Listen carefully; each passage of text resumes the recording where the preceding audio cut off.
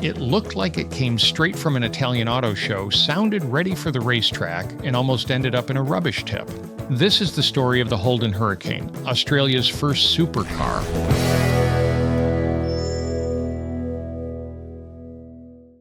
When Holden introduced the Hurricane in 1969, it was a jolt to the automotive world, especially for Australia. This wasn't the familiar rumble of a Monaro or the sturdy practicality of a Kingswood. The Hurricane was something else entirely. It was officially named RD001, short for Research and Development, marking Holden's very first concept car. Measuring just over 1 meter tall and crafted from fiberglass, its wedge shape was aggressive, unlike anything Holden had produced before. To understand how radical this was for the brand, remember that the company had built its reputation on reliable, sometimes conservative family cars and some respectable muscle. This car was a declaration that Holden could think beyond tradition, looking toward the future of automotive design and technology. Just to give you a clearer picture, here are some of the models Holden was actually selling around that time.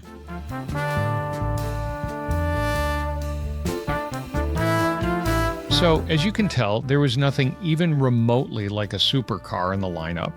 At its core, the Hurricane housed a 4.2-liter V8 engine, a big deal in itself, mounted in the middle of the car ahead of the rear axle. With about 260 horsepower and a 4-speed transaxle, the mid-engine setup gave it the kind of balance and handling most sports cars back then could only wish for. Holden had no intention of putting this car into production. It was a test bed, but beyond the engine and shape, the Hurricane's real significance lay in the technology it carried, technology that wouldn't appear on most roads for decades.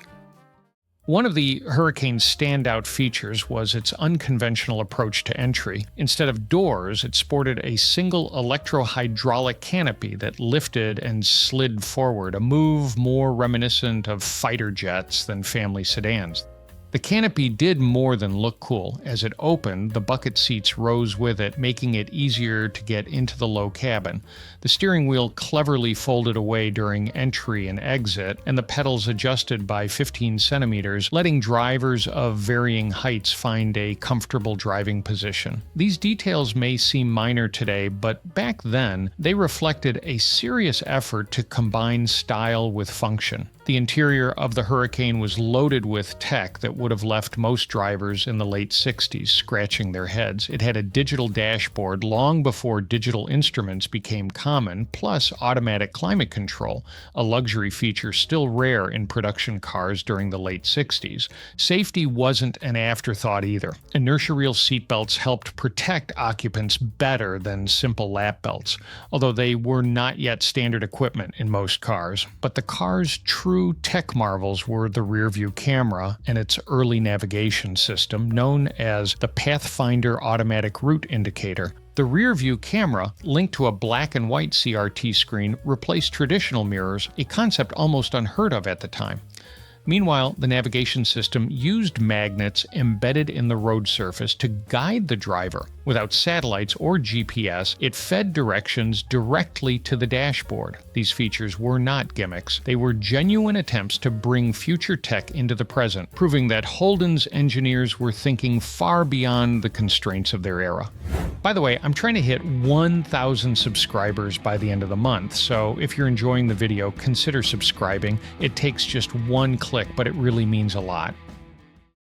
Despite all these innovations, the Hurricane was never more than a concept. It appeared briefly at motor shows and exhibitions, but never underwent full testing, and it certainly never entered public hands. In the early 1970s, George Roberts, Holden's chief engineer, ordered the Hurricane to be dismantled and scrapped, likely because it was seen as impractical and too expensive to maintain. That would have erased an important piece of Australian automotive history. Fortunately, Holden's design chief Leo Pruneau stepped in just in time. Realizing the car's significance, he arranged for it to be crated and hidden in the company's design studio. Without his quick thinking, the Hurricane would have been lost forever. This wasn't the only close call. After reappearing in the 1980s and touring museums, the Hurricane was once again relegated to storage, forgotten and neglected. In the early 2000s, apprentices at Holden nearly sent it to the local rubbish tip, unaware of its value. The car's survival has been nothing short of miraculous. In 2006, Ed Welburn, then General Motors' global head of design, authorized a full restoration project. This massive effort was undertaken by a team of Holden designers and engineers who volunteered countless hours after work and on weekends. Restoration was complex. The original V8 engine was missing, along with the steering wheel, gauges, brake fluid reservoirs, and rear-view camera. Large parts of the interior were damaged or gone entirely. The body was rebuilt using modern polyester resin, replacing the original epoxy-based material for improved durability. The restoration team painstakingly matched the original orange metal flake paint, a process that began with a tiny scrap found stuck to a piece of tape from a scale wind tunnel model. After 5 years of work, the Hurricane was unveiled in 2011, looking as stunning as it did 4 decades earlier. The designer of the Hurricane remains a mystery. Several names are mentioned, but no one at Holden can confirm exactly who deserves credit. Whoever they were, they delivered a design that was striking, advanced, and thoughtful. This car was a glimpse at what might have been for Australian automotive design. It packed tech and ideas that wouldn't become common in cars until decades later. Yet, cost and practicality prevented the Hurricane from becoming more than a prototype. Today, the Hurricane sits permanently at the National Motor Museum in Birdwood, South Australia. It's a symbol of vision, innovation, and what can happen when engineers and designers are given the freedom to push limits. It's cool to think that somewhere, maybe in a dusty Holden archive, there's a forgotten sketch or a clay model of what a production version could have looked like, just sitting there, untouched. One can only wonder, could a brand like Holden really have risked it all to go headfirst into building proper supercars? And even then, could they have successfully adapted and renewed their brand image enough to actually win over the public? We'll never know.